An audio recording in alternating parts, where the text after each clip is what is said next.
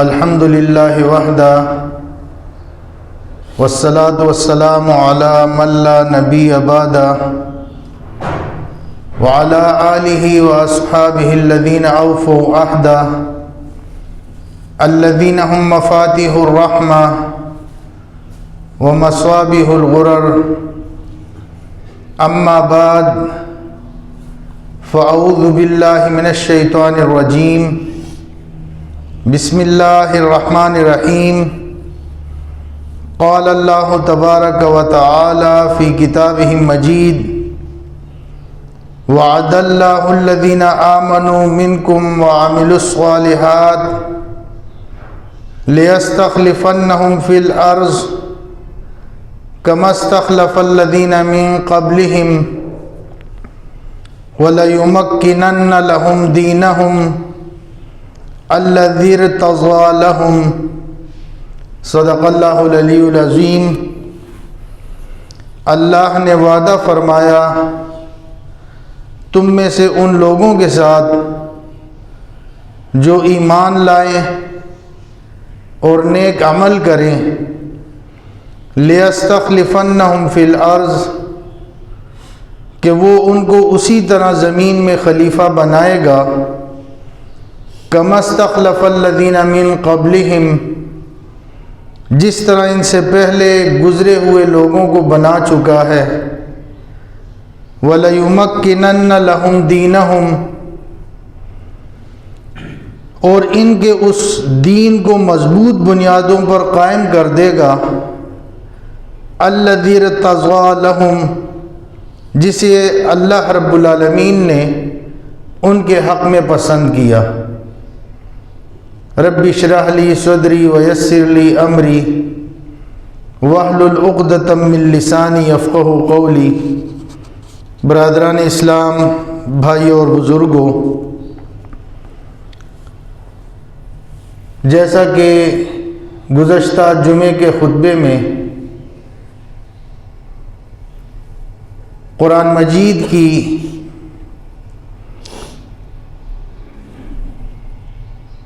تدوین کے متعلق کہ 2 جلدوں کے اندر جمع کرنا نبی مہربان علیہ السلام اپنی حیات طیبہ میں اس کی ترتیب متعین فرما گئے تھے۔ جناب سیدنا ابوبکر صدیق رضی اللہ عنہ نے قرآن مجید کو جمع کرنے کا اہم فریضہ انجام دینا شروع کیا، کیونکہ بہت سے حفاظ اور کبار صحابہ کرام شہید ہو گئے، اور اندیشہ یہ ہوا کہ کہیں قرآن مجید کا کوئی حصہ ضائع نہ ہو جائے۔ چنانچہ اللہ رب العالمین کے اس ارادہ خداوندی کی تکمیل کے لیے اِنَّا نَحْنُ نَزَّلْنَا الذِّكْرَ وَإِنَّا لَهُ لَحَافِظُونَ کہ ہم نے ہی اس ذکر کو نازل کیا ہے، وَإِنَّا لَهُ لَحَافِظُونَ اور ہم ہی اس کی حفاظت فرمانے والے ہیں۔ حضرت ابوبکر صدیق رضی اللہ عنہ نے حضرت زید بن ثابت رضی اللہ عنہ کو، جو جناب نبی مہربان علیہ السلام کے زمانے ہی سے کاتب وحی رہے تھے، ان کو حکم دیا کہ وہ قرآن مجید کو جمع کریں، اس کے مختلف حصوں کو یکجا کریں۔ حضرت زید بن ثابت رضی اللہ عنہ فرماتے ہیں کہ مجھے اگر کسی پہاڑ کو ایک جگہ سے دوسری جگہ منتقل کرنے کا فریضہ سونپا جاتا تو وہ مجھ پر اس قدر گراں اور بھاری نہ ہوتا جتنا بوجھ میں قرآن مجید کے مختلف صورتوں کو اور مختلف صفحات کو یکجا کرنے کی ذمہ داری کا اہم بوجھ اور فریضہ جو ہے وہ محسوس کر رہا ہوں۔ بہرحال جناب نبی مہربان علیہ الصلوۃ والسلام نے اپنے حجۃ الوداع کے خطبے میں یہ ہدایت فرمائی تھی، وَقَدْ تَرَكْتُ فِيكُمْ مَا لَن تَضِلُّوا بَعْدَهُ إِنِ اعْتَصَمْتُم بِهِ کتاب اللہ، اور یقیناً میں تمہارے درمیان وہ چیز چھوڑے جا رہا ہوں کہ اس کو اگر تم مضبوطی کے ساتھ تھامے رہو گے تو تم کبھی گمراہ نہیں ہوگے، اور وہ چیز ہے کتاب اللہ۔ یعنی اے میری امت، میں جا رہا ہوں لیکن تمہیں بے سہارا، بے یار و مددگار نہیں چھوڑ کے جا رہا، بلکہ تمہارے مابین وہ چیز چھوڑ کے جا رہا ہوں جسے اگر تم لوگوں نے مضبوطی سے تھامے رکھا تو نہ کبھی گمراہ ہوگے اور نہ کبھی ہلاکت میں ڈالے جاؤ گے۔ ایک حدیث کا مفہوم کہ نہ تم کبھی ہلاکت میں ڈالے جاؤ گے اور نہ کبھی گمراہ ہوگے، اور وہ چیز ہے اللہ کی کتاب۔ تو یہ بھی مقام صدیقیت اور مقام نبوت کے باہمی اتصال کا ایک مظہر ہے کہ اس کتاب کو بین الدفتین یعنی دو جلدوں کی شکل حضرت ابوبکر صدیق رضی اللہ عنہ نے دی۔ اللہ رب العالمین ہمیں اس کتاب اللہ سے کما حقہ فائدہ اٹھانے کی توفیق عطا فرمائے۔ ابتدا میں نے آپ کے سامنے سورہ النور سورت نمبر 24 آیت نمبر 55 تلاوت کی۔ امام الہند حضرت شاہ ولی اللہ محدث دہلوی رحمہ اللہ نے بجا طور پر اس رائے کا اظہار فرمایا ہے کہ خلافت راشدہ در حقیقت نبوت محمدی صلی اللہ علیہ وسلم کا تتمہ ہے، اور یہ بات اس لیے بالکل قریب قیاس ہے کہ نبی مہربان علیہ السلام کی جو بعثت عامہ ہے، یعنی آپ صلی اللہ علیہ وسلم کی بعثت پوری دنیا کی طرف، تمام عالم انسانی کی طرف، اس کے فرائض کی تکمیل خلافت راشدہ کے ذریعے ممکن ہوئی۔ چنانچہ نبی مہربان علیہ السلام نے جس عمل کا آغاز بنفس نفیس خود اپنی حیات طیبہ میں فرما دیا تھا، اسے خلفائے راشدین رضوان اللہ تعالی علیہ مجمعین نے بعد ازاں پائے تکمیل تک پہنچایا۔ نبی مہربان علیہ السلام نے اپنے دعوتی نامہ مبارک اپنی حیات طیبہ میں مختلف رؤساء کی طرف، مختلف سرداران کی طرف، مختلف امرائے مملکت کی طرف روانہ فرمائے، پھر غزوہ موتا،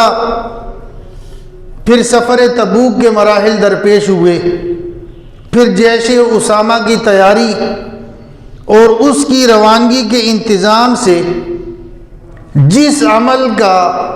آغاز خود نبی مہربان علیہ السلام نے فرمایا تھا، اسے سیدنا ابوبکر صدیق رضی اللہ عنہ نے اپنے عہد خلافت میں آگے بڑھایا۔ چنانچہ ملک شام میں مسلمانوں کی پیش قدمی آپ رضی اللہ عنہ کے دور خلافت میں کافی حد تک جو ہے وہ ہو چکی تھی، لیکن واقعہ یہ ہے کہ اسلامی فتوحات کا سیلاب جس کو بجا طور پر تعبیر کیا علامہ اقبال نے رحمہم اللہ نے کہ رکتا نہ تھا کسی سے سیل رواں ہمارا، یہ نقشہ عہد خلافت فاروقی اور عہد خلافت عثمانی میں ہمارے سامنے آتا ہے۔ حضرت عمر رضی اللہ عنہ کہ عہد خلافت کی مدت کل 10 سال ہے، اسی طرح حضرت عثمان رضی اللہ عنہ کی خلافت کے 12 سال میں پہلے 10 سال کی شان بالکل وہی ہے جو خلافت فاروقی کی تھی، وہی اتحاد، وہی یکجہتی، وہی ذوق جہاد، وہی جوش عمل، وہی شوق شہادت جو ہمیں دور نبوی میں اور عہد صدیقی اور عہد فاروقی میں نظر آتا ہے۔ ان 20 سالوں کے دوران یعنی خلافت فاروقی اور عثمانی میں وہ ہمیں بالکل بتمام و کمال نظر آتا ہے۔ البتہ سیدنا عثمان غنی رضی اللہ عنہ کے عہد خلافت کے جو آخری 2 سال ہیں اس میں افتراق و انتشار اور فتنہ و فساد کی ایک شکل ہمارے سامنے نظر آتی ہے، جس کے اسباب پر گفتگو کا یہ موقع اور محل نہیں ہے، اور نہ ہی جمعے کا یہ مختصر سا وقت اس بات کا متحمل ہو سکتا ہے کہ ہم ان تمام اسباب کو اس ایک مجلس میں جو ہے وہ بیان کر پائیں۔ بہرحال یہ عمل جو تقریباً 1 صدی تک نہایت آب و تاب کے ساتھ جاری اور ساری رہا، اس کے بارے میں ایک بات تو یہ جان لینا انتہائی ضروری ہے کہ اس سارے عمل کی اصل غرض و غایت یہ زمین کے قبضے نہیں تھے جسے کشور کشائی کہا جاتا ہے۔ علامہ اقبال کا اس بارے میں بڑا مشہور اور معروف شعر ہے کہ شہادت ہے مقصود و مطلوب مومن، نہ مال غنیمت نہ کشور کشائی۔ یہ عام دنیاوی فتوحات کی طرح فتوحات نہیں تھی یا دوسرے فاتحین کی دنیا میں پیش قدمی سے بالکل ایک مختلف معاملہ ہے۔ چنانچہ جب حضرت سعد ابن ابی وقاص رضی اللہ عنہ جو فاتح ایران ہے، ایرانیوں کی جانب سے حضرت سعد بن ابی وقاص رضی اللہ عنہ سے سوال کیا گیا کہ آپ کیوں ہم پر چڑھ دوڑے ہیں، یہ جنگ آپ ہمارے ساتھ کس لیے لڑ رہے ہیں؟ ہمارے مابین تو کوئی تنازعات بھی نہ تھے۔ تو حضرت سعد بن ابی وقاص رضی اللہ عنہ نے وہ جواب دیا جو تاریخ میں آب زر سے لکھے جانے کے قابل ہے اور جو تا قیامت روشن اور تابع رہے گا۔ تاریخی بلکہ تاریخ ساز جواب آپ رضی اللہ عنہ نے ارشاد فرمایا۔ حضرت سعد بن ابی وقاص رضی اللہ عنہ نے ایرانیوں کو مخاطب کر کے فرمایا کہ اِنَّا قَدْ أُرْسِلْنَا لِنُخْرِجَ النَّاسَ مِنَ الظُّلُمَاتِ الْجَهَالَةِ إِلَى نُورِ الْإِيمَانِ وَمِنْ جَوْرِ الْمُلُوكِ إِلَى عَدْلِ الْإِسْلَامِ کہ ہم بھیجے گئے ہیں، ہم خود نہیں آئے، ہم ایک مشن پر ہیں، اور وہ مشن یہ ہے کہ ہم پوری نوع انسانی کو جہالت کے اندھیروں سے نکال کر ایمان کی روشنی میں لے آئیں اور بادشاہوں کے ناروا ظلم اور جور سے نجات دلا کر اسلام کے عدل سے ان کو روشناس کرائیں۔ چنانچہ یہی وہ بات ہے کہ اصل مقصد وہ شہادت حق تھا۔ شہادت کے ایک معنی اللہ کی راہ میں گردن کٹوانے کے بھی ہیں۔ اس طرح گویا ہر مجاہد فی سبیل اللہ کا یہ ایک انفرادی نصب العین بھی ہے۔ چنانچہ خلافت راشدہ کے دوران ہمیں وہ نظام دین حق، وہ نظام عدل اجتماعی و انصاف اور قسط، اس کے اصولوں پر وہ نظام نبی مہربان علیہ الصلاۃ والسلام کے دور نبوت اور بعد ازاں خلافت راشدہ میں بالفعل عملاً قائم اور دائم نظر آتا ہے، جس کی آج کے انسان کو انتہائی اشد ضرورت ہے۔ عدل اجتماعی اور نظام حق، یہی جو ہے وہ مقصود ہے۔ ایک مسلمان کی جد و جہد خالصتاً اسی کے لیے ہونی چاہیے کہ نظام دین حق عملاً قائم اور نافذ ہو، اور عدل اجتماعی معاشرے کے اندر قائم اور نافذ ہو۔ یہ بات پہلے بھی واضح کی جا چکی ہے کہ جہاں تک انفرادی اخلاقیات کا تعلق ہے، سابقہ انبیاء اور رسل کے ہاں وہ اپنے پورے نقطۂ عروج پر ہیں، اگرچہ اس اعتبار سے بھی ایک امتیازی شان ہے سیرت محمدی صلی اللہ علیہ وسلم کی کہ ہم ان میں تمام اخلاقی اقدار کو ایک انتہائی توازن اور جامعیت کے ساتھ سمویا ہوا پاتے ہیں، اور یہی وجہ ہے کہ نبی مہربان علیہ الصلاۃ والسلام کی اخلاقیات کی گواہی خود آپ کے بدترین مخالفین نے بھی دی، لیکن نبی مہربان علیہ الصلاۃ والسلام کا جو اصل احسان ہے، آپ صلی اللہ علیہ وسلم کی جو اصل کنٹریبیوشن ہے، وہ اجتماعی عدل ہے، اور نظام عدل اجتماعی ہے جس میں عدل و انصاف ہے، قسط ہے، ظلم سے پاک معاشرہ، اور وہ نظام جو نبی مہربان علیہ الصلاۃ والسلام نے ہمیں دیا۔ ہم دیکھتے ہیں کہ اس کی پوری برکات اور اس کے پورے ثمرات بتمام و کمال ہمیں خلافت راشدہ کے اندر جوبن پر نظر آتے ہیں، اس لیے کہ نبی مہربان علیہ الصلاۃ والسلام کے عہد میں تو ابھی وہ تبدیلی جو نبی مہربان علیہ الصلاۃ والسلام نے جس کے عمل کا آغاز فرمایا تھا، ابھی پائے تکمیل تک نہیں پہنچی تھی، اور نبی مہربان علیہ الصلاۃ والسلام نے رفیق اعلیٰ کی طرف مراجعت فرمائی۔ اس نظام کی برکات اور ثمرات یہ ظاہر ہوئی بالخصوص دور خلافت فاروقی کے اندر اور دور خلافت عثمانی کے اندر۔ دور خلافت صدیقی کے اندر تو زیادہ تر فتنہ و فساد کی سرگوبی میں جو ہے وہ صرف ہوا، جیسا کہ میں نے پہلے بتایا کہ نبی مہربان علیہ الصلاۃ والسلام کے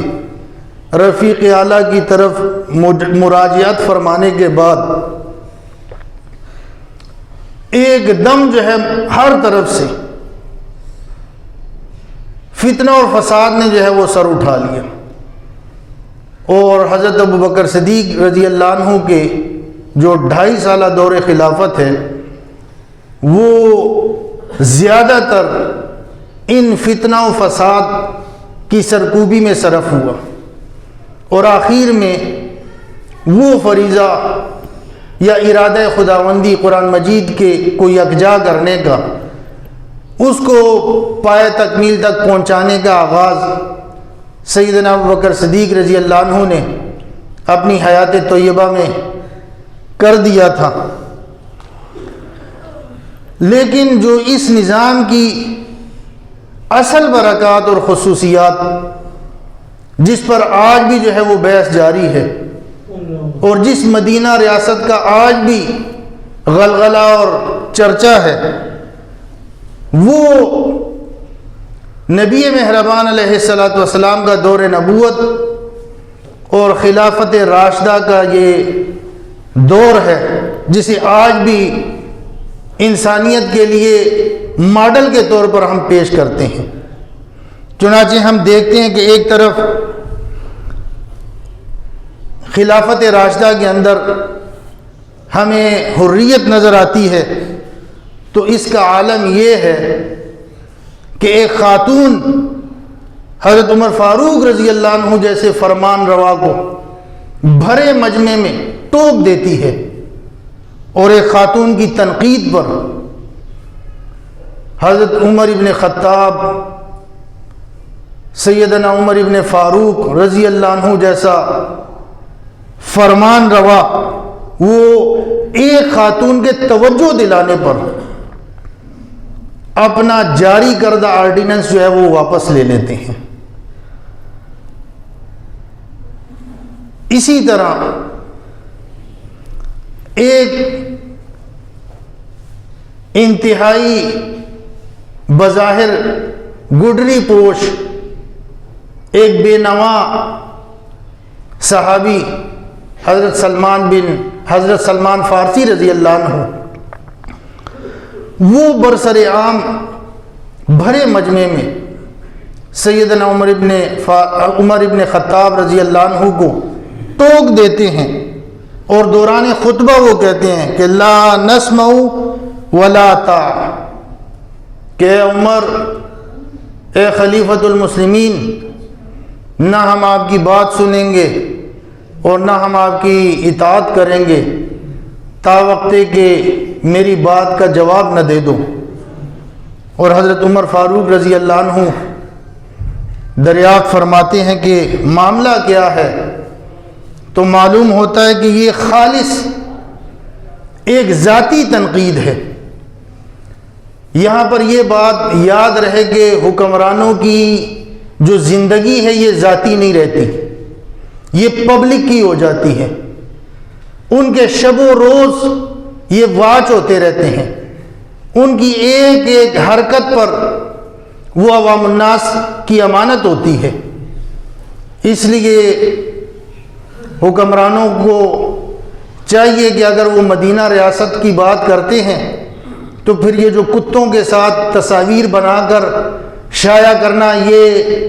مدینہ ریاست کی منافی جو ہے وہ باتیں ہیں۔ اگر ہم مدینہ ریاست کو ماڈل ریاست کے طور پر مانتے ہیں تو ہمیں انہی کے کردار کو جو ہے وہ اپنانا ہوگا، نہ کہ اغیار کے کردار کو اور مغربی کرداروں کو جو ہے وہ اپنا رول ماڈل بنانا ہے۔ یہ تضاد جو ہے وہ نہیں چلے گا، کیونکہ پچھلے دور میں بھی موجودہ حکمران یہ قوم کے بچے کے ذہن میں یہ باتیں ذہن نشین کرا چکے ہیں، لہٰذا اب ان کو خود تنقید برداشت کرنی پڑے گی اور عوام الناس کے سامنے جو ہے وہ جواب دہ ہونا پڑے گا، کیونکہ مدینہ ریاست کے اندر سلمان فارسی رضی اللہ عنہ حضرت عمر رضی اللہ عنہ پر بالکل ایک نجی تنقید کرتے ہیں۔ پتہ چلا کہ یہ جو کرتا آپ نے پہنا ہوا ہے یہ ان چادروں سے بنا ہے جو مال غنیمت آئی تھی، اور ہر مسلمان کو جتنا حصہ ملا تھا اس سے جو ہے وہ ایک کرتا نہیں بنتا، اور آپ تو ہم میں سے ہیں بھی طویل القامت یعنی لمبے قد والے، تو یہ کرتا آپ نے کیسے بنا لیا؟ وقت کے عظیم ترین فرمان روا پر عین بھرے مجمع میں ذاتی تنقید ہو رہی ہے۔ وقت کے عظیم ترین فرمان روا حضرت عمر فاروق رضی اللہ عنہ کے حوصلے کو دیکھیں، آزادی اور حریت کا یہ عالم ہے کہ اور اظہار رائے کی یہ کیفیت ہے. حضرت عمر فاروق رضی اللہ عنہ خود وضاحت نہیں کرتے بلکہ اپنے بیٹے کو اشارہ کرتے ہیں کہ عبداللہ، لوگوں کو اصل صورتحال تم خود بتاؤ. جب وہ صراحت فرما دیتے ہیں کہ جتنا کپڑا میرے والد کو ملا تھا اتنا کپڑا مجھے ملا، تو نہ ان کا کرتا سل سکتا تھا نہ میرا سل سکتا تھا، اس لیے میں نے اپنے حصے کا کپڑا اپنے والد کو دے دیا اور اس سے جو ہے وہ کرتا بنا، اور اس سے جو ہے یہ کرتا مکمل ہوا. تو اب وہی درویش بے نوا سلمان فارسی رضی اللہ عنہ اعلان فرماتے ہیں، یاد رکھیں کہ جو سلمان ہے یہ ایران کے تھے، فارس کے، مقامی بھی نہیں تھے، نہ مہاجر تھے اور نہ انصار تھے، بلکہ چند ان بے نوا جس طرح حضرت بلال حبشی رضی اللہ عنہ ہے، انہی کی طرح بے نوا درویش صحابی وہ تنقید کرتے ہیں جس کا آج ہم تصور بھی نہیں کر سکتے. تو وہی وضاحت آنے پر اعلانیہ کہتے ہیں کہ الآن نسمع و نطیع، کہ ہاں اب آگے چلیں، اب ہم آپ کی بات سنیں گے بھی اور ہم آپ کی اطاعت بھی کریں گے. اسی طرح اگر مساوات کوئی قدر ہے اور یقیناً ایک اعلیٰ قدر ہے تو اس کا منظر بھی ہمیں اسی دور میں نظر آتا ہے کہ وقت کی عظیم ترین مملکت کا فرمان روا سیدنا عمر فاروق رضی اللہ عنہ، کہ جن کے نام سے قیصر اور کسریٰ کے ایوانوں میں لرزہ طاری ہو جاتا تھا، وہ بیت المقدس کا سفر کر رہے ہیں. اور کس شان سے یہ سفر جاری ہے. اور یہاں پر یہ بات بھی ذہن میں رہے کہ یہ ذاتی سفر نہیں ہے، سرکاری فرائض کی ادائیگی کے لیے جا رہے ہیں، لیکن ایک اونٹ ہے اور ایک خادم ہے. اور حال یہ ہے کہ ایک منزل خلیفۃ المسلمین اونٹ کے اوپر بیٹھے ہوئے ہیں اور غلام یا خادم نکیل تھامے آگے آگے چل رہا ہے. اور اگلی منزل میں معاملہ بالکل اس کے برعکس ہے کہ خادم یا غلام کو اونٹ کے اوپر بٹھا دیا جاتا ہے اور اونٹ کی نکیل وقت کے عظیم فرمان روا کہ جس سے قیصر اور کسریٰ کے ایوانوں میں لرزہ طاری ہو جاتا تھا، وہ اونٹ کی نکیل تھامے آگے آگے پیدل چل رہے ہیں. تو یہ مساوات اور برابری تھی. آج ہم پاکستان کو بنے تقریباً 75 سال ہونے کو ہے. یہ ملک کلمے کے نام پر وجود میں آیا تھا، محمد صلی اللہ علیہ وسلم کے نام پر مر مٹنے والوں نے اپنے جانوں کی قربانی، اپنے مالوں کی قربانی، اپنی جائیداد کی قربانی، اپنے بچوں کی قربانیاں، اپنی خواتین کی عصمتوں کی صورت میں قربانیاں دے کر یہ خطہ جو ہے وہ حاصل کیا. لیکن آج بھی یہاں پر اغیار کا نظام غالب ہے. آج بھی ہمارے حکمران جب روڈوں پر چلتے ہیں تو ایمبولینسوں میں مریض سسک سسک کر مر جاتے ہیں، لیکن ان کے پروٹوکول کے لیے سڑکیں بند کر دی جاتی ہیں، گھنٹوں جو ہے وہ سڑکیں بند کر دی جاتی ہیں. وہی لوگ جو آپ کے گھر پر ووٹوں کی بھیک مانگنے کے لیے آتے ہیں، لیکن جب یہ حکمران بنتے ہیں تو پھر یہ ایک انہونی مخلوق بن جاتی ہے. یہ ایسی مخلوق ہو جاتی ہے کہ وہی عوام صرف ان کو دیکھنے کے لیے جو ہے وہ ترس جاتے ہیں. یہ صرف حکمرانوں کی بات نہیں ہے، معمولی سے افسر کسی بھی محکمے میں چلے جائیں تو چونکہ یہ نظام اغیار کا دیا ہوا نظام ہے اور ایک غلام قوم کے لیے ترتیب دیا گیا تھا جس کو ابھی تک جو ہے وہ چینج نہیں کیا گیا، ایک غلام قوم کے لیے بننے والا نظام ابھی تک پورے جوبن کے ساتھ قائم اور نافذ ہے، اور عوام الناس اسی طرح جس طرح پہلے جو ہے وہ حقیقی انگریزوں کے دور میں جی رہے تھے، اسی طرح اب ساولے انگریزوں کے اس دور میں انہی کی طرح جو ہے وہ ظلم سہ رہے ہیں، اسی طرح جو ہے وہ سسک رہے ہیں۔ تو بھائی اور بزرگوں، اسی طرح اگر عدل حقیقتاً کسی چیز کا نام ہے تو یہ بھی بتمام و کمال نظر آئے گا اسی عہد خلافت راشدہ میں کہ مصر کے گورنر حضرت عمر بن عاص رضی اللہ عنہ کا بیٹا مصر میں ایک قبطی کو ناحق مارتا ہے۔ قبطی وہاں کی ایک اقلیت تھی جو مسیحی برادری سے ان کا تعلق تھا۔ وہ قبطی حج کے موقع پر فریاد لے کر آتا ہے تو حضرت عمر رضی اللہ عنہ اس قبطی کے ہاتھ سے گورنر کے بیٹے کو قصاص میں کوڑے لگواتے ہیں اور فرماتے ہیں کہ ذرا ایک دو ضرب اس کے باپ عمر بن عاص کو بھی جو ہے وہ لگاؤ، اس لیے کہ در حقیقت اس نے اپنے باپ کے گورنری کے زوم میں تم پر یہ ظلم کیا ہے۔ اور وہ شخص پکار اٹھتا ہے کہ نہیں، مجھے میرا بدلہ مل گیا،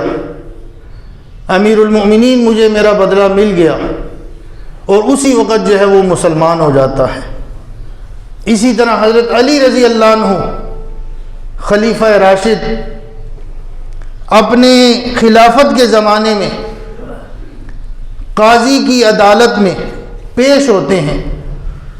اور ان کا دعویٰ صرف اس لیے خارج ہو جاتا ہے کہ ان کے پاس صرف دو گواہیاں تھیں، ایک گواہی ان کے بیٹے کی حضرت حسن رضی اللہ عنہ کی، اور دوسری گواہی ان کے غلام کی، اور عدالت فیصلہ کرتی ہے، وقت کا قاضی وقت کے حکمران کے خلاف فیصلہ کرتا ہے کہ اس کے بیٹے اور اس کے ذاتی غلام کی گواہی اس کے حق میں قبول نہیں کی جا سکتی، لہٰذا حضرت علی رضی اللہ عنہ جو حاکم وقت ہیں ان کا دعویٰ جو ہے وقت کا قاضی خارج کر دیتا ہے۔ یعنی آزاد عدلیہ کا تصور جسے آج ہم نظیر کے طور پر پیش کرتے ہیں، خلافت راشدہ یا مدینہ ریاست، اس کے اندر عدلیہ اس قدر جو ہے وہ آزاد تھی، اس قدر بے خوف جو ہے وہ فیصلے ہوتے تھے۔ لیکن جہاں پر عدلیہ روبوٹ بن جائے اور موم کی ناک کی طرح اس کو جس طرف چاہے موڑ دیا جائے تو وہاں پر پھر ظلم کا نظام باقی رہتا ہے۔ لیکن جہاں عدلیہ عدل کی بنیاد پر بلا تفریق امیر اور غریب کے درمیان فیصلے کرتی ہے، وہ قوم کبھی جو ہے وہ شکست سے دوچار نہیں ہوتی۔ اسی طرح اگر آزادی ہو، مساوات ہو، عدل و انصاف ہو، یہ تمام اقدار جن کی آپ یہ سمجھیے کہ آج پوری نو انسانی کو شدید ضرورت ہے، کیونکہ موجودہ جو عالمی نظام ہے جس کی محافظ اقوام متحدہ ہے، چونکہ یہ نظام چند ملکوں نے جن کے پاس ویٹو پاور ہے، پوری دنیا کے لیے انہوں نے یہ نظام ترتیب دیا ہے، یہ ظلم پر مبنی نظام ہے۔ یہاں پر عوام کی حاکمیت کے نام پر عوام کو محقور رکھا جاتا ہے، مجبور رکھا جاتا ہے، اور اسی طرح ہمارے تمام اداروں کا حال آپ کے سامنے ہے۔ قائد اعظم علیہ الرحمہ یا بانیان پاکستان کے پیش نظر جو تصور تھا پاکستان کا وہ وہی تھا کہ ایک ایسا ملک وجود میں لایا جائے کہ جس کے اصول مدینہ ریاست کے اصولوں کی طرح ہوں، اور وہ پوری دنیا کے مسلمانوں کے لیے ایک رول ماڈل بنے، ایک فلاحی مملکت بنے، اور پوری دنیا کے مسلمانوں کے لیے وہ دادرسی کا ایک ذریعہ بنے۔ آج ہم ایٹمی قوت ہونے کے باوجود بجائے اس کے کہ اقوام عالم میں ہمارا کوئی وزن ہوتا، آج بھی ہم بے وزن ہیں۔ ہم اس قدر بے قدرے ہو گئے ہیں کہ جن کو ہم اپنے برادر ملک کہتے ہیں ان کا قرضہ دینے کے لیے ہم ایک غیر مسلم ملک سے جو ہے وہ قرضہ لے کر اس کو دیتے ہیں، کیونکہ وہ ہماری پالیسیاں، ہمارے بجٹ، ہماری فکر و نظر وہ ان کے ہاتھ میں ہے، تو وہ ہمیں اپنی مرضی کے مطابق چلانا چاہتے ہیں۔ ہمارے ادارے آزاد نہیں ہیں، ابھی آزادی حقیقی معنوں میں ہم سے کوسوں دور ہے۔ اس کے لیے ہمیں من حیث القوم جو ہے وہ جدوجہد کرنی ہوگی، اور خود انحصاری کی پالیسی جو ہے وہ اپنانی ہوگی۔ اگر ہم اسی طرح قرضوں پر اپنے ملک کو پروان چڑھاتے رہے تو ابھی بھی ہماری آنے والی نسلیں جو ہے وہ مقروض پیدا ہو رہی ہیں۔ وہ ورلڈ بینک اور IMF، ایشیا بینک اور مختلف انٹرنل بینکوں کی جو ہے وہ مقروض نسلیں جو ہے ہم پیدا کر رہے ہیں، تو اس سے ہم نے کیا خاک ترقی کرنی ہے؟